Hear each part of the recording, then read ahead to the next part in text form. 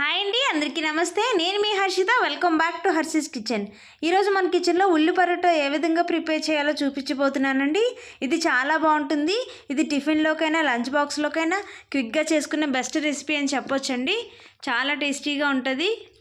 అలాగే మన ఛానల్లోకి ఎవరైనా కొత్తగా వచ్చుంటే కనుక మన ఛానల్ని సబ్స్క్రైబ్ చేసుకోండి ఫ్రెండ్స్. మన ఛానల్లో చాలా వీడియోస్ ఉన్నాయి. ఒకసారి మన ఛానల్ని ఓపెన్ చేసి చూడండి. అదేవిధంగా వీడియోలోకి వెళ్ళే ముందు ఒక లైక్ చేయండి ఫ్రెండ్స్. మీ లైక్ నాకు ఎంతో బూస్టప్గా ఉంటుంది. ఓకే, ఇంకా లేట్ చేయకుండా వీడియోలోకి వెళ్ళిపోదాం రండి. దీనికోసం ముందుగా నేను ఒక బౌల్ తీసుకున్నాను. ఈ బౌల్లోకి ఈ కప్పుతో 2 కప్పుల మైదా పిండిని అనేది నేను ఇందులో యాడ్ చేసుకుంటున్నానండి. మీరు మైదాకు బదులు గోధుమ పిండినే యాడ్ చేసుకోవచ్చండి. అలాగే రుచికి సరిపడా సాల్ట్ని యాడ్ చేసుకున్నాను. అదేవిధంగా ఆయిల్ని నేను వేడి చేసి ఇందులో యాడ్ చేసుకుంటున్నాను. మీరు ఆయిల్కి బదులు నెయ్యి యూస్ చేసుకోవచ్చండి. అలాగే బటర్ని కూడా యూస్ చేసుకోవచ్చు. నేనైతే ఇక్కడ ఆయిల్ని యాడ్ చేశాను. ఇప్పుడు ఇదంతా కూడా చేత్తో ఈ విధంగా బాగా కలుపుకోవాలండి. ఇలా కలిపేటప్పుడు కొంచెం ఇలా ఉండకట్టేలాగా వస్తే సరిపోతుంది ఆయిల్ ఇందులోకి. ఇప్పుడు ఇందులోకి కొద్దిగా వాటర్ని యాడ్ చేసుకుంటూ మొత్తంగా చపాతీ పిండిలాగా కలుపుకోవాలండి. కానీ దీన్ని కాస్త గట్టిగానే కలుపుకోవాలి. మళ్ళీ పరోటా వీడిపోయే అవకాశం ఉంటుంది కాబట్టి కొద్దిగా వాటర్ని పోసుకుంటూ కొంచెం గట్టిగా కలుపుకోవాలండి. ఈ విధంగా స్మూత్గా కలుపుకోవాలండి.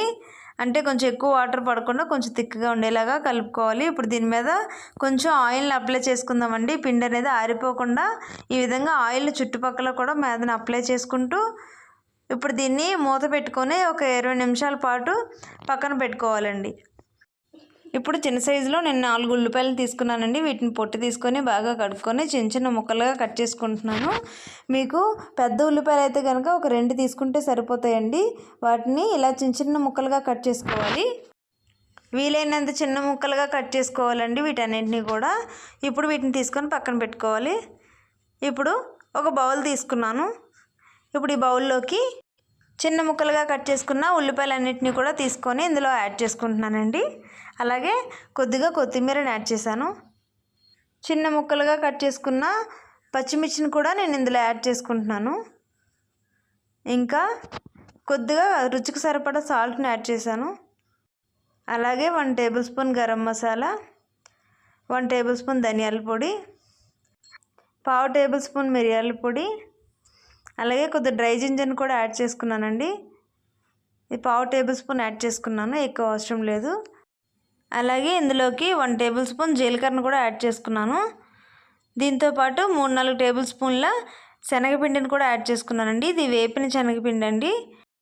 మీరు శనగపిండికి బదులు పుట్నాల పప్పునైనా మిక్సీ పట్టి తీసుకోవచ్చండి. ఇక్కడ ఉల్లిపాయల్లో వాటర్ అనేది దిక్కకుండా ఉండడం కోసమని నేను ఇక్కడ శనగపిండిని యాడ్ చేశానండి. ఇప్పుడు ఇదంతా ఇలా బాగా కలుపుకొని ఇదంతా కూడా పక్కన పెట్టుకోవాలి. ఇప్పుడు ముందుగా మనం నానబెట్టుకున్న పిండిని తీసుకోవాలండి. మైదా పిండి ముద్దను తీసుకొని మరొకసారి ఇదంతా కూడా గట్టిగా బాగా కలుపుకోవాలి. ఈ విధంగా ప్రెస్ చేసుకుంటూ బాగా కలుపుకోవాలి. ఈ విధంగా కలిపిన తర్వాత చూడండి, ఇది కాస్త చాలా సాఫ్ట్గా అయిపోయింది కదా. ఈ విధంగా సాఫ్ట్గా అయిపోయిన తర్వాత ఇప్పుడు వీటిని మనకు కావాల్సిన సైజులో చక్కగా బాల్స్ చేసుకోవాలండి. ఈ విధంగా ఇంత సైజులో బాల్స్ చేసుకొని మీకు కావాల్సిన సైజులో చేసుకోండి. వీటికి 2 వైపులా కూడా కాస్త ఆయిల్ అనేది అప్లై చేసుకోవాలి. ఈ విధంగా ఆయిల్ అప్లై చేసుకుంటూ మీరు ఆయిల్తోనైనా ప్రెస్ చేసుకోవచ్చు, లేదంటే పిండిని వాడైనా మీరు ప్రెస్ చేసుకోవచ్చు అండి. ఈ విధంగా వీలైనంత వరకు కొంచెం మందంగా, మరీ సన్నగా కాకుండా కాస్త మందంగా చేసుకోవాలండి. ఎందుకంటే మళ్ళీ పరోటా వీడిపోయే అవకాశం ఉంటుంది కాబట్టి. ఇప్పుడు మనం ముందుగా ప్రిపేర్ చేసుకున్న స్టఫింగ్ని ఇందులో పెట్టుకోవాలి. కొద్దిగా ఎక్కువగానే పెట్టుకోవాలండి.